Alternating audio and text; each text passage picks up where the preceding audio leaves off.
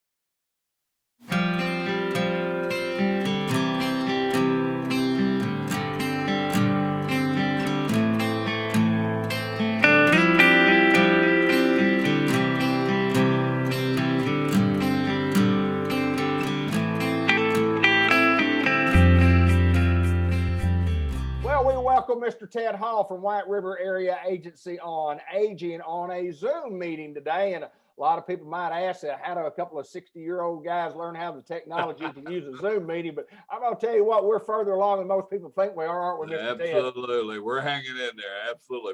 We've got good backup people, too. Well, as long as we can have somebody we can ask on which button to hit and how to turn it on, we're in pretty good shape. But good to see you, sir. I hadn't seen you since the holidays. I hope you had a great holiday. And but we're going to talk about senior care today, and we're going to talk about some of the things, Mr. Ted, that we continue to talk about. One of the things that's so important to us that we talk about so much.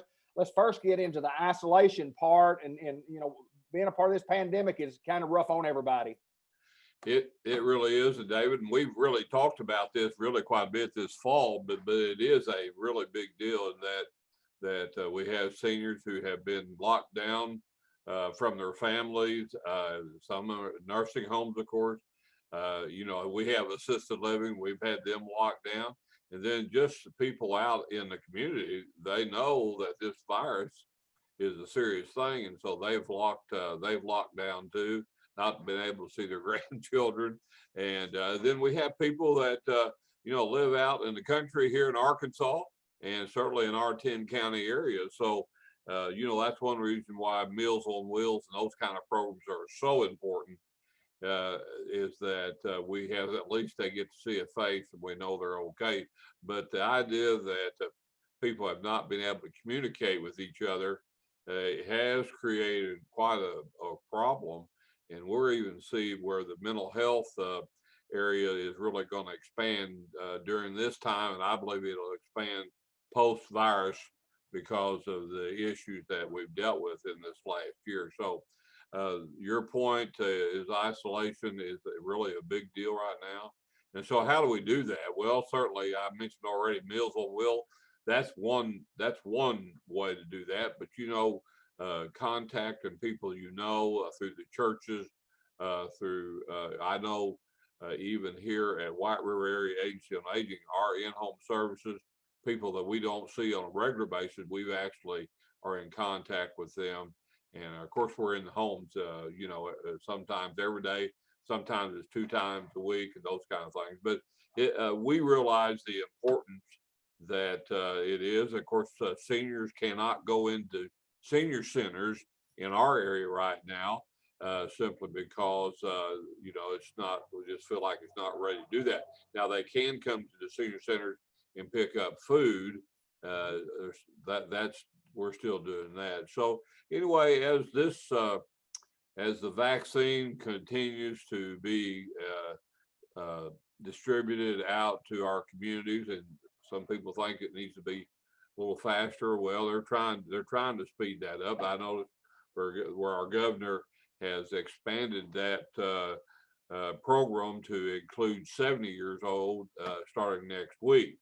So, David, this is our information as we go through this, is that if you do fit into those categories that you can get the vaccine, then you need to call your local pharmacist. They probably can give you an appointment or give you the information that you would need so you can get the vaccine. So, relief is coming, and I think hopefully this will be a kind of a way that'll turn the tide on this virus, because it's still going, it's still alive, certainly here in our state, and so we hopefully that the vaccine, we can get that taken care of, and so that's information about that. And then David, just the idea that the mask thing is a big deal. Some people are offended with that. I don't know what to say about that, but we know that the mask at this point is the key thing. Washing your hands is, and not after you wash your hands, but don't be messed with your face. And then also the social distancing is a big deal. So, the folks in the medical field, we just, we got to trust them.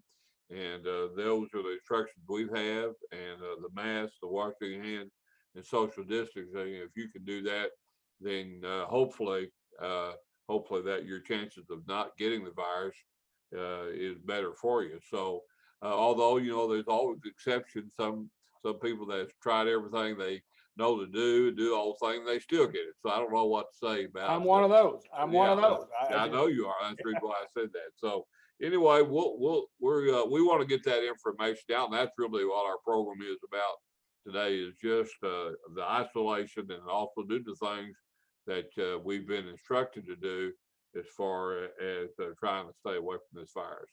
Yeah, before we get off here, I did want to ask you this and kind of elaborate on this. As we go along in this deal, and we didn't know 6 months ago that we were trying to get a vaccine, and then we get a vaccine, and now we're trying to get the vaccine distributed. There's still great challenges for all of us, including what we do in taking care of our seniors. But we're at the forefront at White River Area Agency on Aging, and we're doing the things necessary to take care of our seniors. Absolutely. We've not missed a day work because of the virus at White River. We've been out in the field. We've asked our aides to be out there, and they've got a protocol that they have to follow. I mean, they have one anyway, but especially during this time, the viruses. But anyway, they have a protocol, and so we've been fortunate that very few folks that we've had to have tested. Our Eagle Mountain Assisted Living has been just great. We just had one, and that person wasn't even sick, and so anyway, it's been really good for us to work with our folks, and they've been really receptive to what they need to be sure that not only safe for them, but also safe for our clients, whether it be in the homes or whether it be in assisted living or even in our HUD housing. And so, we have 188 units of HUD housing, and even though they live independently, we do have a manager on site at those HUD housing, and they have, they know their people, and they take care of them in a way that they keep up with them, those kind of things. So it's just a part of what we do, David. And the phone calls that we have taken over this last year, and also the help that we have given the Department of Human Services, because they were reaching out. How can we make sure that seniors are safe? And so we gave them some ideas, and actually they pulled a lot of their people out of what they were doing, and they just started contacting people to make sure that they were okay. So it's really been a statewide effort, and but the AAAs have been a big part in how people have stayed in contact with each other. Instead, it's great information to have, and it's great information to know, and to know that the White River Area Agency on Aging is on top of things, just like they have been, just like for the years we've done this program. And I like getting on here and doing this interview and talking to the folks and spreading the information that we have. And people know what we do. And sometimes we just need to give them a reminder of how well we do it, because you guys are the best at what you do. And I thank you for your time as always, Mr. Ted. All right. You have a great weekend, Mr. Ted. Thank you, sir. White River Area Agency on Aging, Mr. Ted Hall. He's the executive director.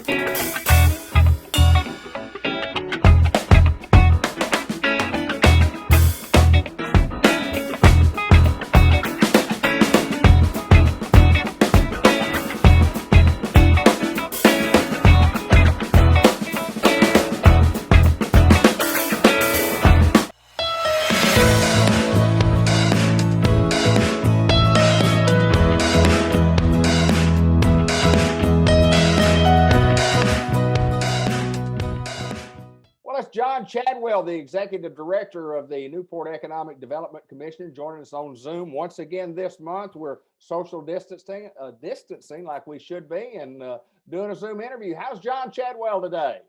I'm doing great. How are you doing? I'm absolutely wonderful. I'm glad to be able to get back to doing some interviews and talking to some people, even though it's on a computer. It's better than laying in the bed at home, I can assure you. I know you've had it kind of rough, and I'm glad you're coming through the other side of it. Yes, sir. COVID's nothing to be light about, I don't think. No, it's not, John. And for those people that are out there battling that thing, I mean, it's been a whirlwind of the last 10 months or so. But we're looking forward to the coming year, and we'll talk more about the coming year here in just a little bit from NEDC. But first of all, let's get us an update on the Tech Depot. Well, the Tech Depot project's going great.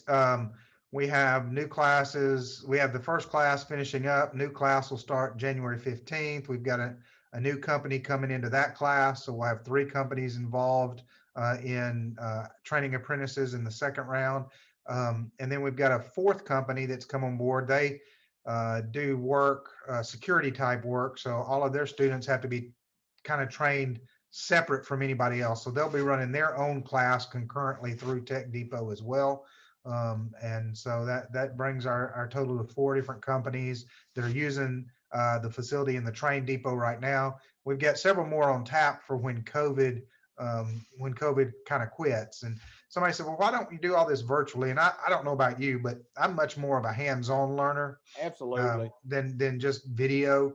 And so this is taking computers apart, putting them back together, figuring out how all of that works, figuring out why it works like it does. And you can watch somebody do it, but you're going to have to get your hands on it and do it. And we've got some computers at Tech Depot that are there primarily to be taken apart and put back together. Sure. But most people don't have just an extra computer laying around the house that they really feel comfortable taking apart and putting back together, and oops, it doesn't work. And so I know it's going to be, and that's why companies want the hands-on tech experience for these apprentices, because if you're going to hire somebody in your company that's going to do all of your IT, they're going to have to do everything from the programming side all the way to the hardware side. You want them to be able to do all of it, especially in a smaller organization. And so they're really learning all of that. We're proceeding on the construction of the building. We hope to have the plans ready for bid sometime around the middle of March.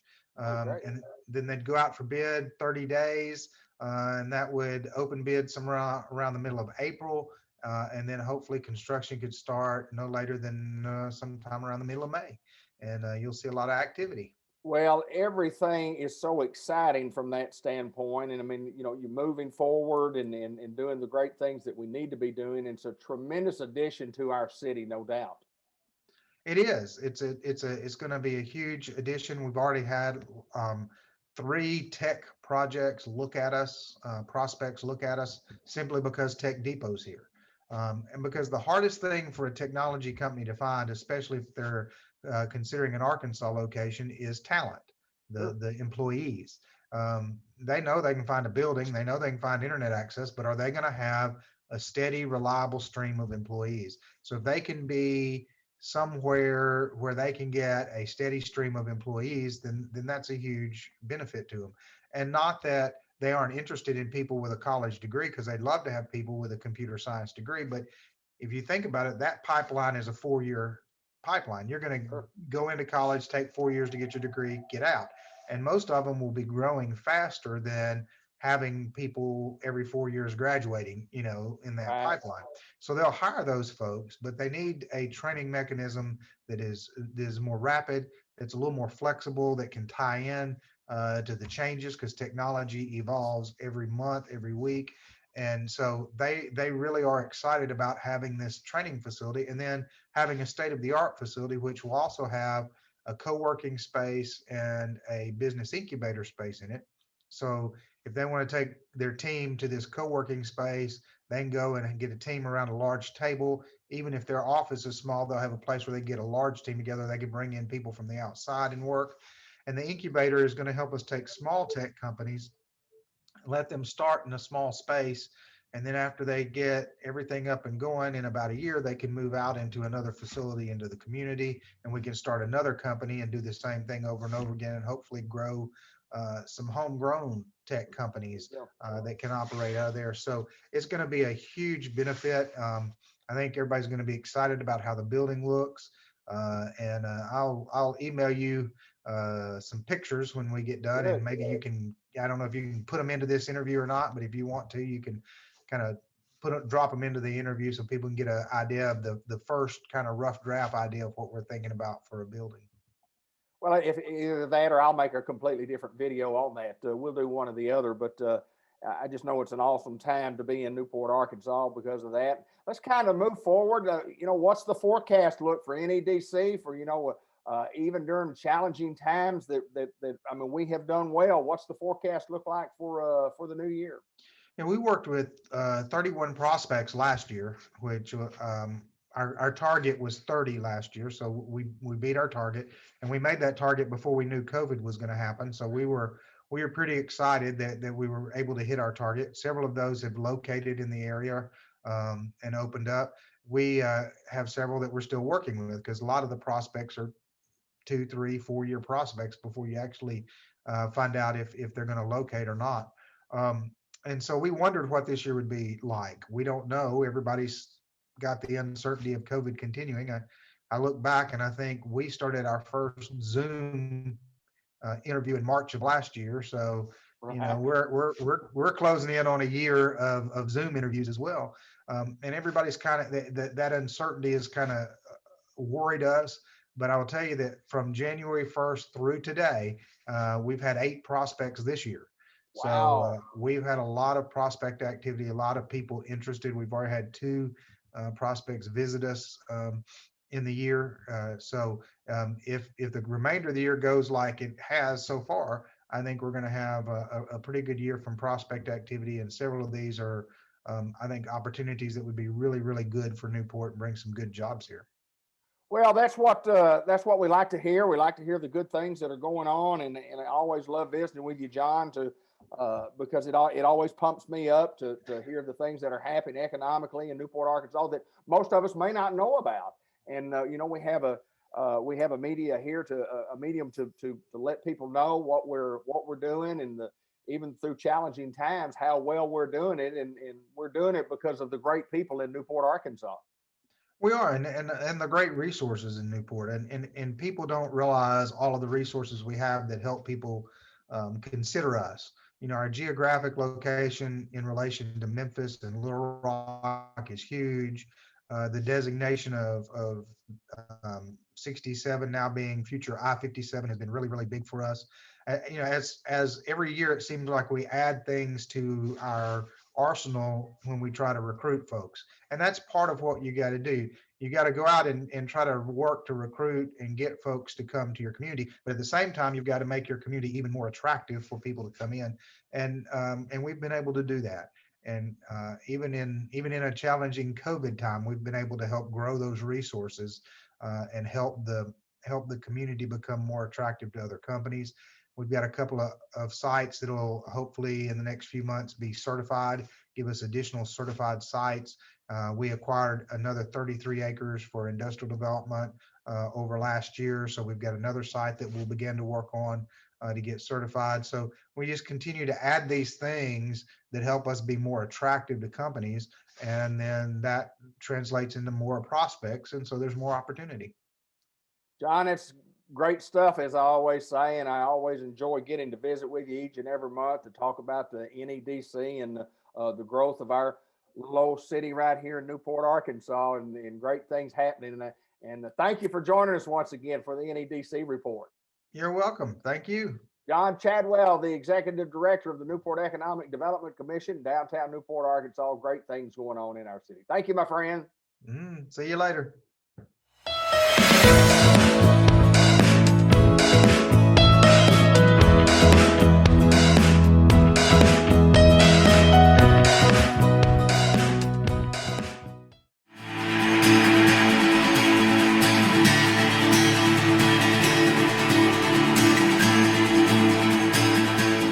Welcome to another edition of the Customized Vision Care television program on Cable 15 TV, Facebook, all over the web. Sponsored by Ovaltine.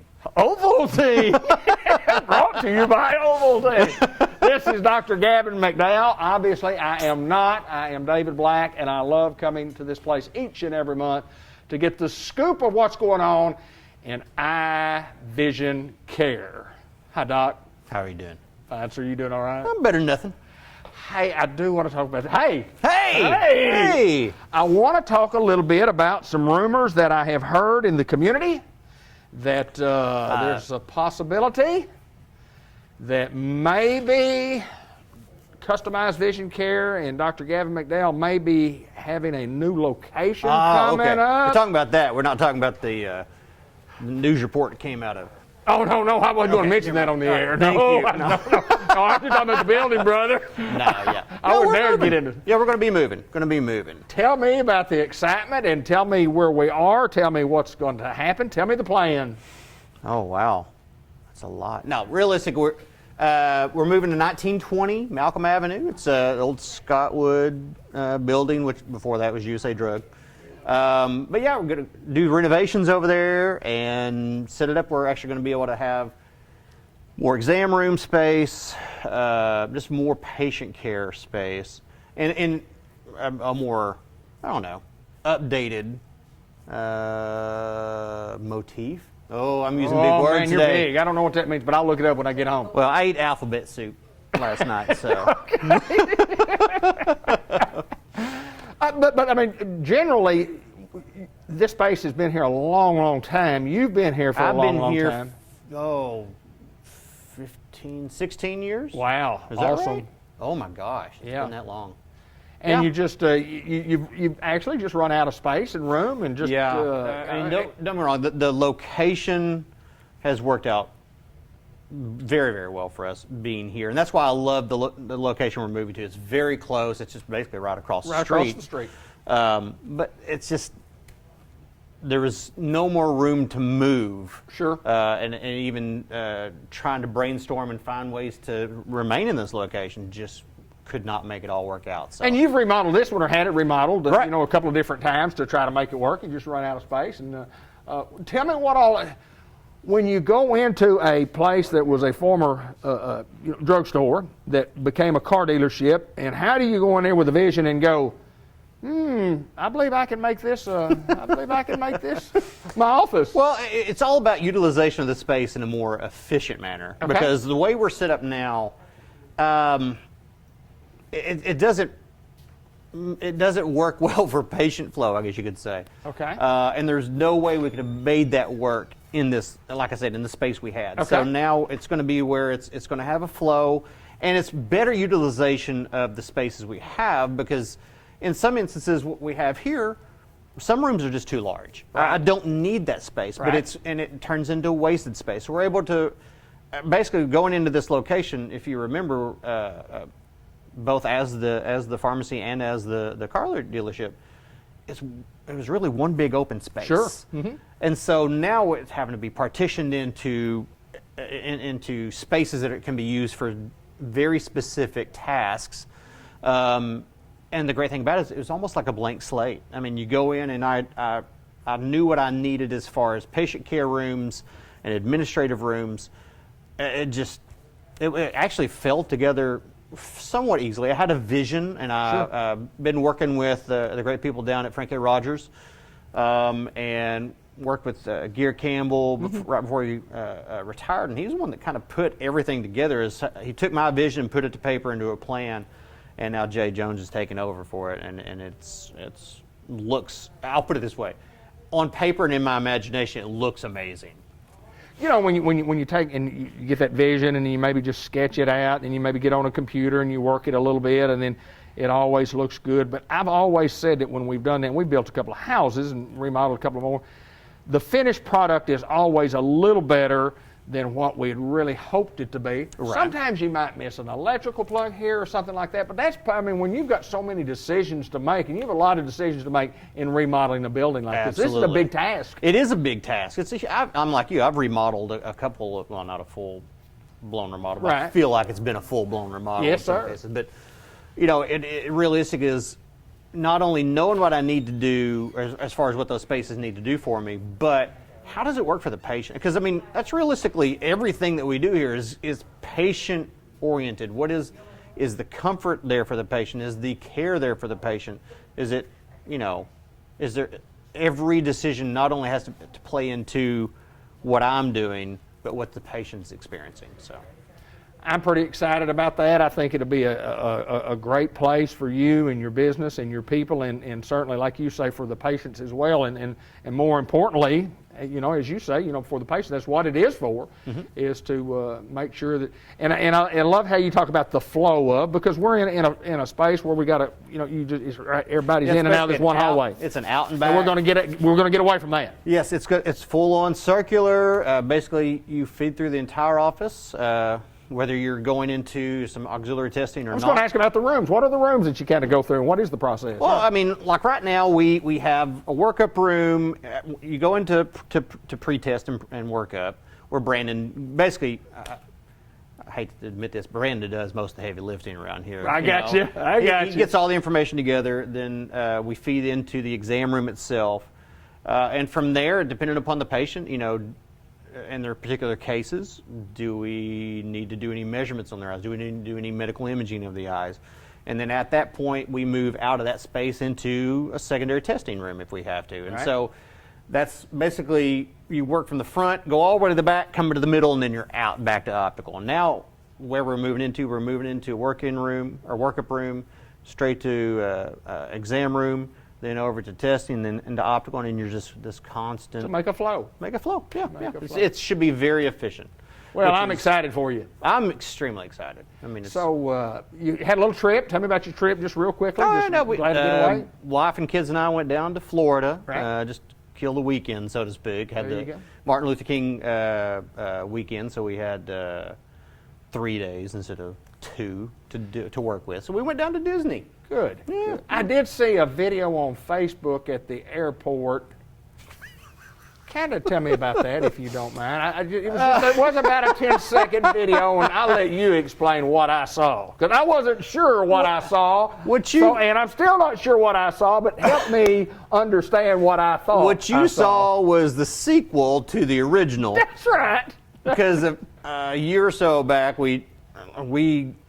my wife is a Disney fanatic. Okay. And I guess by default, I'm somewhat the same. But so anyway, we go to Disney quite often. So we travel out of Memphis Airport, which they have these, I like to call them walk-elators. But anyway, it's not an escalator, it's just a moving walkway.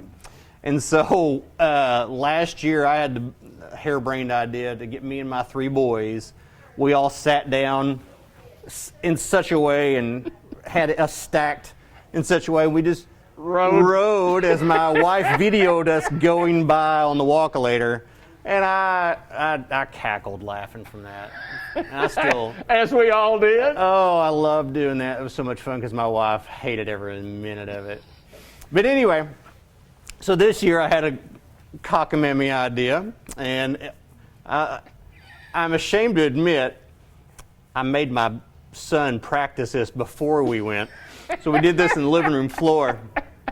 My oldest son is a gymnast. He was state champ on a couple levels. But anyway, very limber and very, I don't know, he was unafraid to do this. So I basically laid on my back on the walk-later with my feet straight up and had my son Superman'd off of my feet as he flew by on the video. And your legs are straight up, and he was on the top.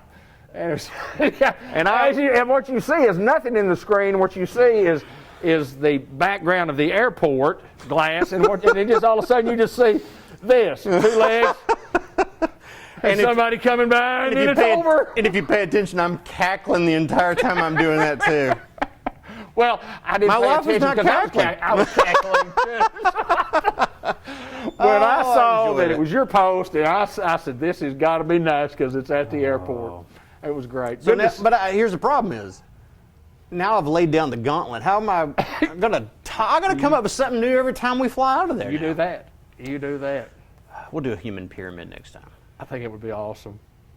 All right, got that one figured out. I'm excited about your video, but I'm more excited about your building. Oh, me too. Congratulations Thank you. to Thank you. Customized Vision Care and you on this building. And what, real quickly, time frame? Do you know a time frame? We're supposed to start Estimate. demo early next week. Okay. Expected probably 3, maybe 4 months full Good on deal. time. I'm hopefully sooner than that, but you know what? I've waited patiently this many years. Whatever time it takes to get it done right, I'm happy with. We appreciate Dr. Gavin McDowell at Customized Vision Care in Newport, Arkansas. If you need a good eye vision guy, he's the one. Customized Vision Care in the Village Mall. Thanks for taking time, Doc. No, thank you.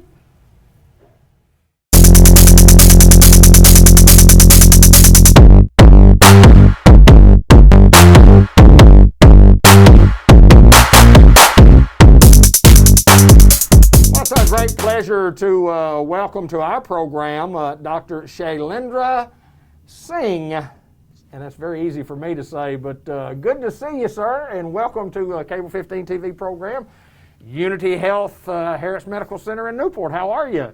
Thank you. I'm doing great. How are you doing? I'm good, good. We've got to find out a little bit about you and tell us a little bit about where you grew up. Tell us a little bit about your training, and we'll get into the part about rheumatology here in just a little bit. But tell us a little bit about you. Great. Yeah, I was born and raised in India. I did my medical school in University College of Medical Sciences, New Delhi. And after that, I came for my internal medicine residency, which I did at Johns Hopkins University Sinai Hospital program.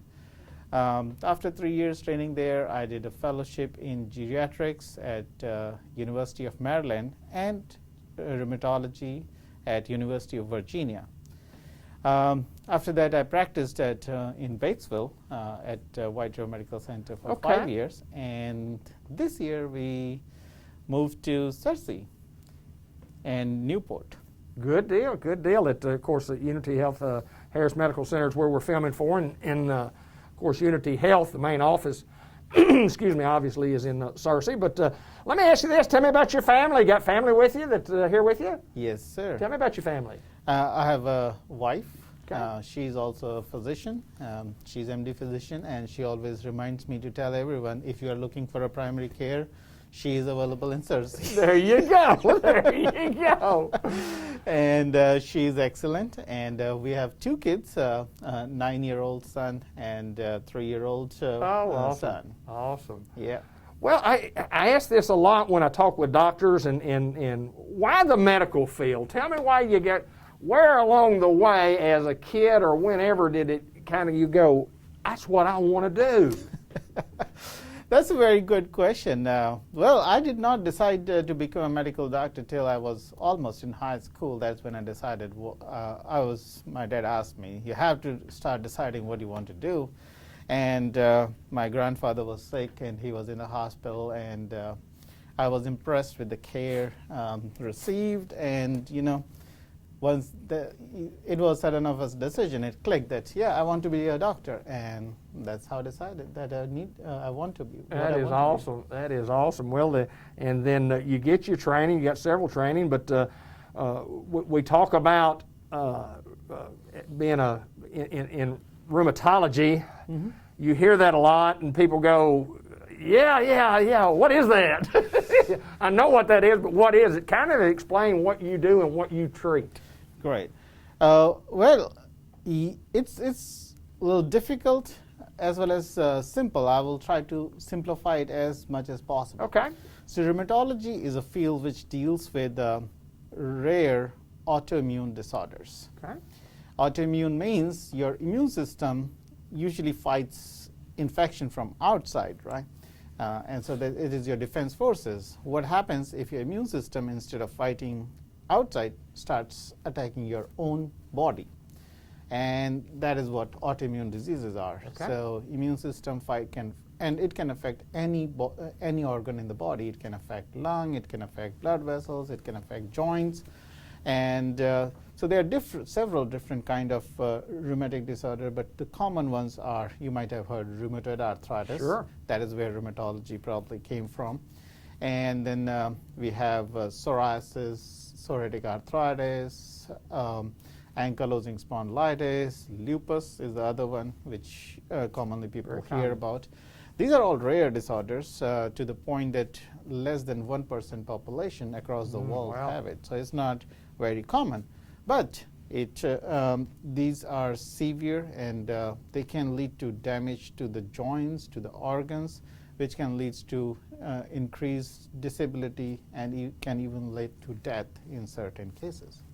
Well, I know it's a very interesting field. Any particular reason why you picked that field, why you chose that field in the medical profession? Anything that kind of just went, said, but this is what I want to do? You know that you wanted to be a doctor, then you get into the training, and then you have to make a decision somewhere along the way that this is what I want to do. That's right.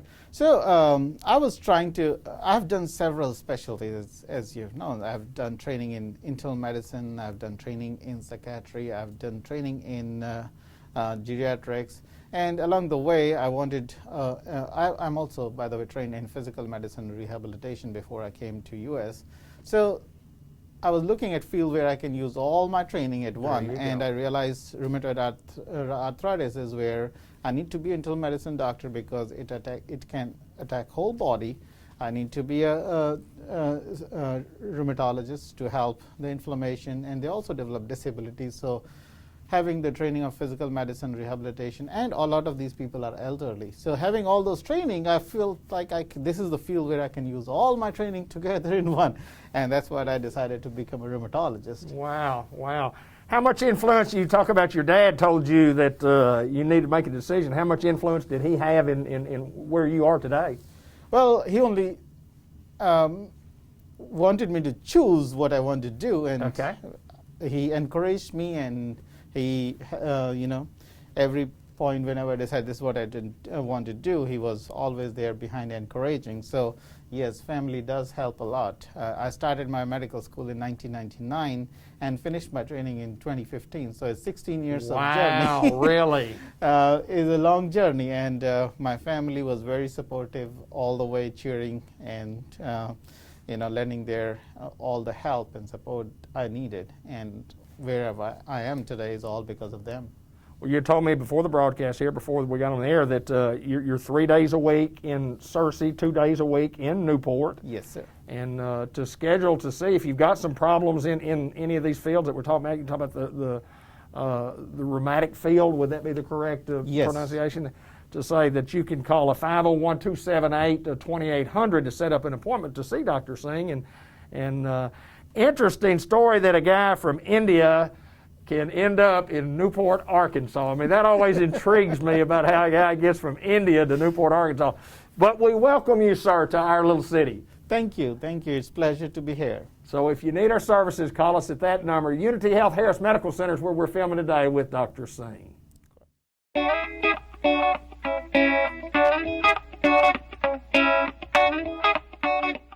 Hello, everyone, and welcome to the January edition of the Farmers Supply Association Agriculture Report.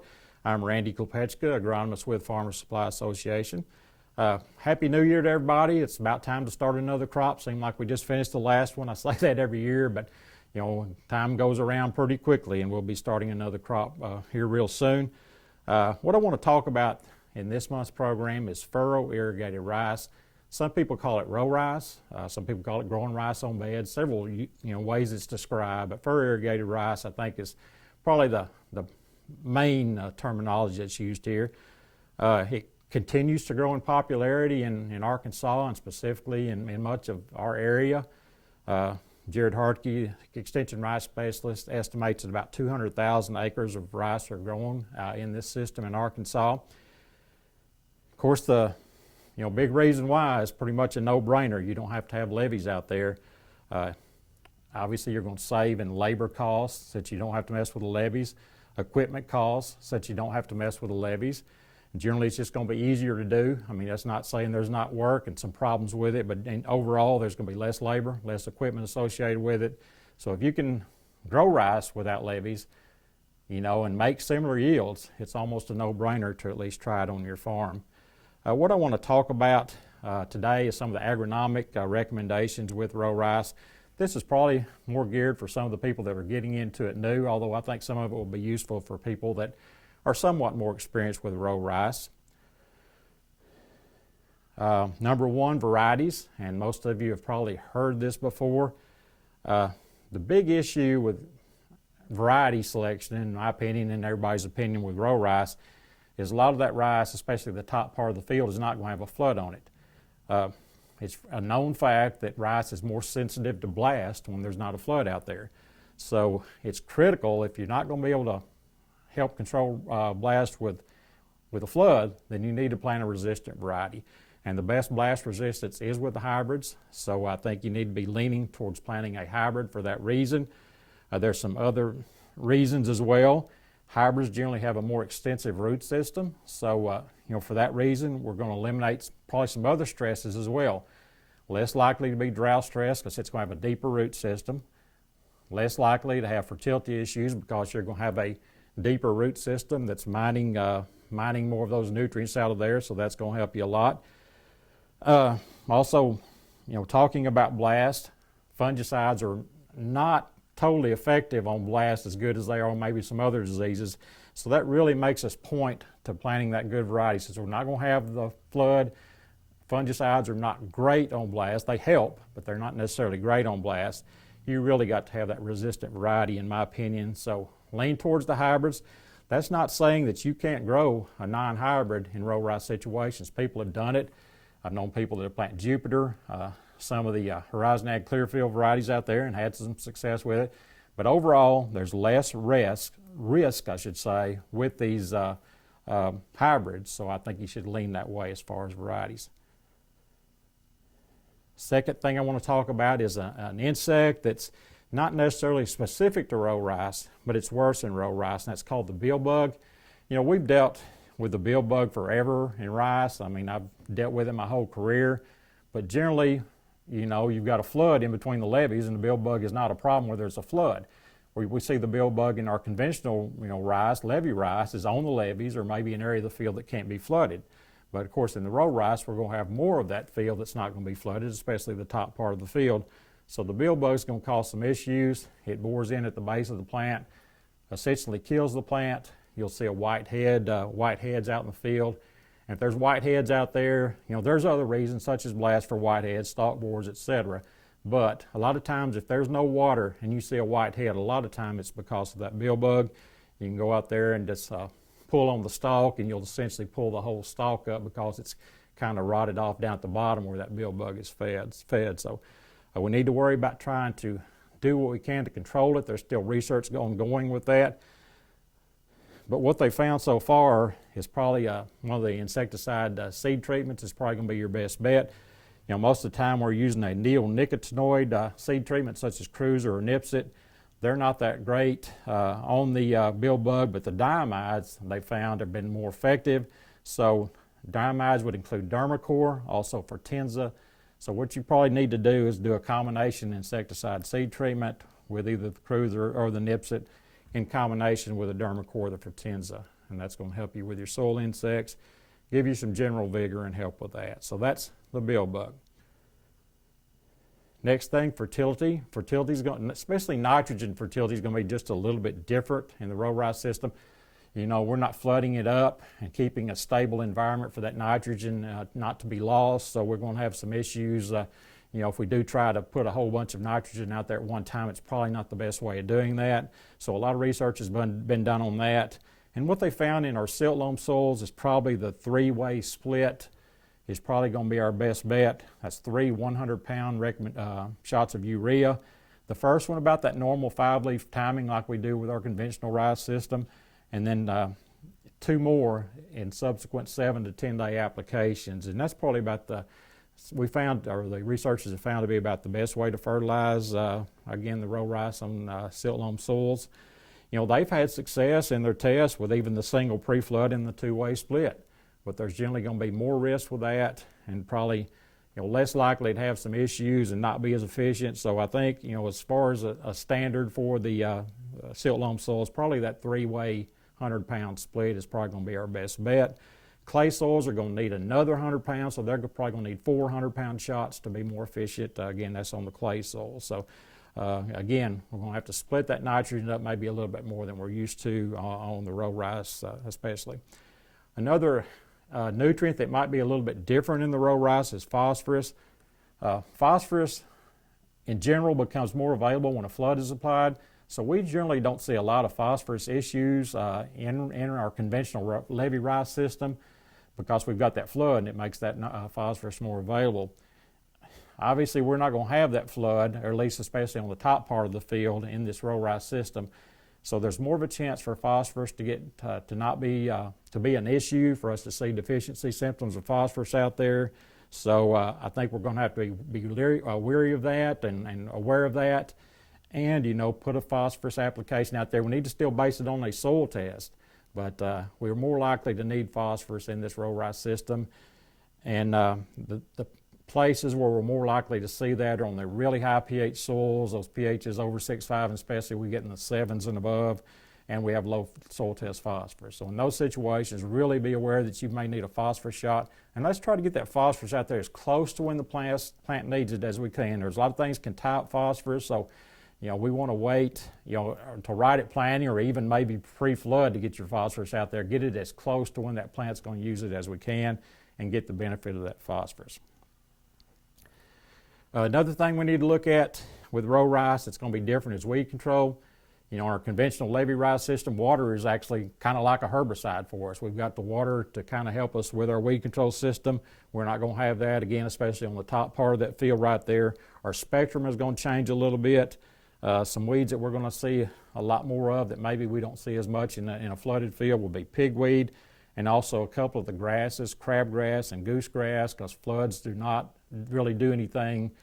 I mean, a flood is pretty effective on crabgrass and goosegrass. So, without that flood, we don't have that additional thing fighting those two grasses. So we're going to need more herbicide activity on those grasses maybe than we would in a conventional flooded situation where the flood is suppressing those grasses. So, residuals are going to be the key again. Nothing new there. I talk about residuals, every year, and we're becoming more and more reliant on them, and we're almost totally relying on them now. So it's very important, to overlap those residuals. I think where we need to start probably in our row rice system in those situations would be command plus sharpen. The sharpen will give us some additional control on pigweed. If they're not PPO resistant now, we may not get great control out of sharpen because there's a lot of PPO resistance. So, but I still think we need to put that sharpen in there in most cases. It'll also give us some activity on the annual sedges, so give us some help there. So I think a command plus sharpen application to start out. We need to watch command on, we're growing some of this row rice on some cut ground that's pretty sandy, and I know last year I saw some 4-ounce rates of command kill some rice because it was on sandy soils, cut ground. So be leery if you're planting, if you're growing rice on these real sandy soils that have been cut, we may not be able to use the command even at those low rates. So be aware of that. We also need to incorporate prowl, bolero, and facet into our system.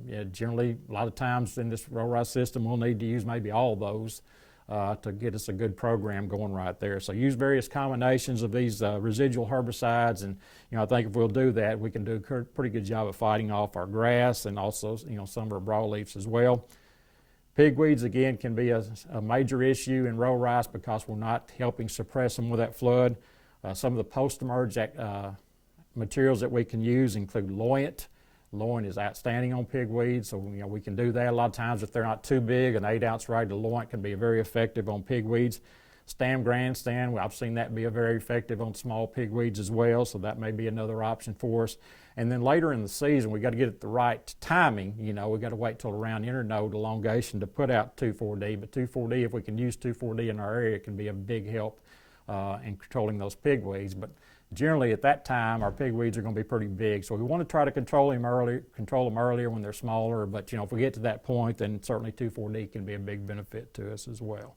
Also, if you're growing a clear field or a full page variety, we've got the New Path, which can help on our grass and some broadleafs as well. So that can be another bullet for us if you're using the clear field or the full page hybrids for your variety in your row rice. Some other things I won't get into for lack of time, but construction of beds, the type of beds to use, planting practices, irrigation, the timing and things like that. There's a lot of good information on that. As far as beds, we want them as shallow as we can get them. And in some cases, especially on clay soils and other situations, we might just be able to plant flat and pull some kind of little channel or water furrow, a shallow furrow out there to let the water run down. Don't even have to have an actual traditional bed. So again, as shallow as we can get them and still get it to water good. I mean, we can't get it so shallow that it's crossing over, or things like that. But get it as shallow as you can and still be effective. Again, planting practices are very important. Irrigation, if you're not used to using moisture sensors, you might want to learn more about that and start getting those in your program. They can be very helpful in row rice irrigation. So a lot of good information there. The Extension Service has a FIR handbook, furrow irrigated rice handbook. It's online right now. I'm not sure if any hard copies are available, but you can go to the Extension Service website and learn more about the furrow irrigated rice, and a lot of good information there. I'd like to give a shout out to a couple of Newport class of 2009 graduates, Justin Klepechka, of course my son, and also Matthew Davis, who's the county extension agent here in Jackson County, both doing a lot of work in row rice. Justin's done most of his PhD work in row rice. Matthew's had a lot of trials, demonstrations in Jackson County about row rice. So some good sources of information right there. And just want to give a shout out to a couple of Newport High School graduates that are doing a lot of good work in row rice. So for more information on any of this, you can contact me through Farmers Supply Association. And this has been Randy Klepechka with your January edition of the Farmers Supply Association Agriculture Report.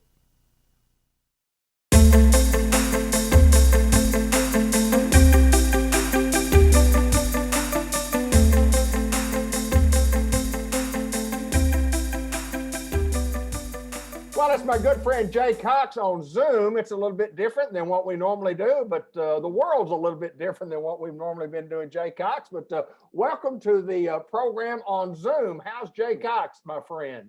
Doing good, doing good. Doing a little work from home today, but here to talk about St. Michael's Place. Well, it's Christmas time, and everybody's busy and lots of things going on, lots of activities, and getting Christmas presents and getting ready for a Christmas meal and all kinds of good stuff going on at St. Michael's Place. Jay, we get to talk each and every month about St. Michael's and the challenges that we've had with the pandemic and so on and so forth. But you just got to do what you got to do. And we want everybody to know that, it's been a good year overall for St. Michael's. And we certainly want to take this opportunity to wish everybody a happy holiday season and a Merry Christmas. And then and I know you guys continue to do great work at St. Michael's Place. Yes, we have a good staff and lots of good employees. Have been hiring some new faces coming on, and so doing some on-the-job training. We've hired some new nurses and some new CNAs. So coming on this time of the year is always a fun time, because we've got Christmas activities and Christmas music going on, and of course the residents are always excited about this time of year. We have an angel tree out front for people that want to take a name of a resident that may not be getting a Christmas gift, and then they'll go out and buy, Christmas gifts or ornaments or things for, a resident who may not be getting something, or maybe they don't have any family in the resident. We do that every year. And so that's always a special time. Our staff always pulls together to help out residents that don't have, family members. And it's a trying time, for residents because one, this is the first time that we've been on lockdown during Christmas. And, not only have they not seen their family all year, but, we had Thanksgiving, now Christmas, when, you're used to having that big, family Christmas get together that we always have, and exchanging of the gifts, and families always come see their loved ones. Well, this is going to be a first Christmas where that's not going to happen. And so, we've been trying to make it extra special. Meanwhile, trying to keep that social distancing, trying to keep, all the guidelines in place. And so it's been a real challenge, one, to make it special, but also keep it safe. So today, in the world we live in, it's created some new challenges, all the while, the numbers are growing in our county, in our state. It doesn't seem to be going anywhere soon. Well, it may be a long winter, but we certainly hope and pray that, everybody does well, and those people who are having some struggle with this virus, that, our thoughts and prayers are with them. And, but we just want to take this time, for St. Michael's Place to wish everybody a Merry Christmas. Yes, we do. And we want to encourage everybody to be safe when they're traveling, when they're out, shopping, buying things, when you're out in the public, don't forget, to practice that social distancing, wear your mask, things like that. This COVID is serious. The longer you're around something, sometimes you kind of tend to ignore, some of the regulations and things. You become immune to, the safety hazards. But, we encourage people to continue to take it seriously and to, practice social distancing, wash your hands, all the things they're requiring us to, they're recommending that we do to stay safe. And we do wish everyone a Merry Christmas. Thank you, Newport, for supporting St. Michael's. We've been here a long time. We continue to be here in the years to come. We have appreciated your business, and we have appreciated you allowing us to take care of your loved ones. It's been a pleasure and an honor all these years taking care of the citizens of Newport and even the counties surrounding us. We have really enjoyed and taken pleasure in taking care of your loved ones. That's awesome, Jay. And I want to wish you and your family a Merry Christmas, and all those folks out there and all of our viewers. And just as important, I appreciate you taking time on a busy work day at home to visit with us, and like we do each and every month. And first time we've done a little Zoom, and I've been doing several of these recently, and it's a new way to communicate, but it's a good way to communicate because we can both work at home and be able to do what we do, and that's to talk about St. Michael's Place. Thank you, my friend. I appreciate you, sir. Merry Christmas. Merry Christmas to you too.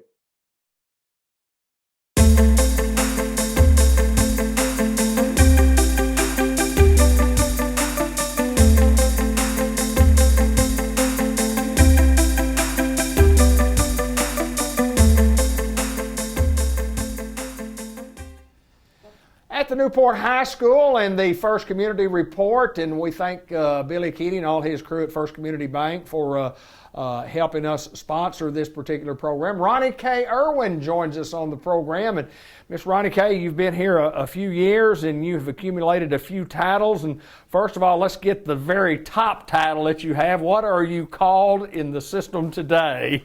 Today, I'm the Director of Special Programs for the Newport School District, and that includes K through 12. And I do lots of various directing of the programs. I may not individually be the one that teaches ESL or teaches the migrant. We have people who do that. I just make sure they get paid. There you go. That's a good thing. That's a good thing. But I'm the GT coordinator and the AP coordinator and the ESL coordinator, migrant coordinator, homeschooling liaison, homeless liaison, and CTE, Career Tech Education, and I write that Perkins grant. And so I'm kind of involved in a lot of areas. Well, and we wanted to talk about some of the big things, some of the good things that are going on in our school, and during a time that's a little different than what we've experienced throughout your career and with the pandemic. But let's get right into the program in itself. Let's talk about some of your programs and how things have changed and how we're operating and why things are so good at Newport High School.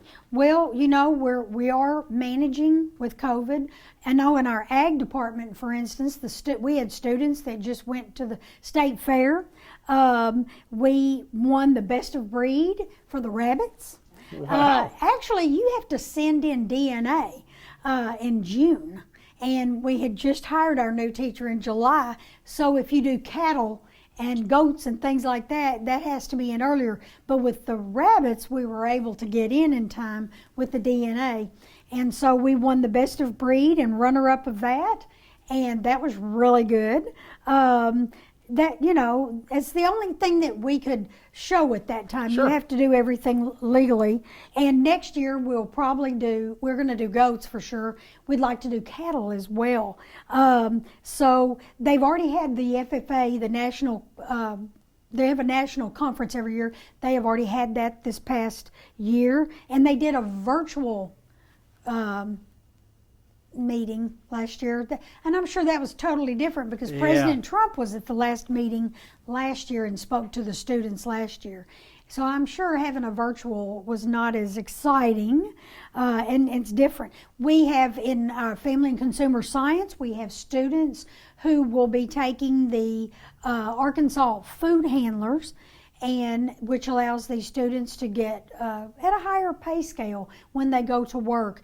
Restaurants like to see these students that have passed these certifications, and so we're not sure exactly when we're going to be able to open up that Hungry Hound Cafe. We're looking at the possibility of doing lunches to go, which would be exciting. But you know, when you have a virtual and when you have blended learning, it makes it difficult to see who's here to cook and who's here to do. So we're looking at that. In Arkansas, we're the our JROTC program was the very first in Arkansas to do the JPA, which stands for JROTC Program Accreditation. Okay. We were the very first, and we passed it with flying colors. We had a rifle match down at Whitehall, and we came in second. The next match is January the 16th. That's coming up. And then the state championship is going to be hosted here in Newport. Then they have a match February 12th in Fort Smith. And then the American Legion sponsors a match in March the 13th. So we just keep on going. That's all we know how to do at Greyhound, just keep that going. In our health occupations, we just hired Leah Zuber Clark. If y'all will remember, her daddy was the hospital administrator at Newport Eugene, Hospital, Eugene. It's his daughter. She has been a surgical nurse, and she has, I think, run a dermatology office and nursing, and just a real sharp girl, and we're excited to get her started in January. We have our ESL program. That's English as a second language, and right now I keep teasing Anita Samaniego does that job. I keep telling her, I said, honey, you are going to work yourself out of a job, because out of 38 of our students, 19 have already passed. Wow. So we're monitoring 19 more. So that is really, really good. And I want to take this time to thank her sponsor for her class, for her ESL students. That was Kathy Green. She wrapped a gift for all 19 of those children. right? I thought that was real sweet. Another program that I'm in charge of is Gifted and Talented.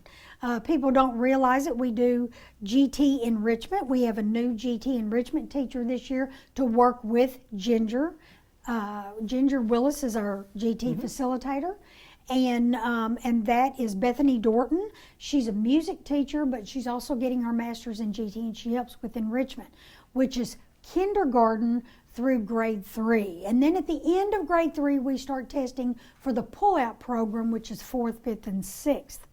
And that's what Ginger does. And I want to brag on Ginger. She has done an extremely good job. We have a new website. She and I worked together and created a web page. So all you got to do is you go to the Newport website, our school website.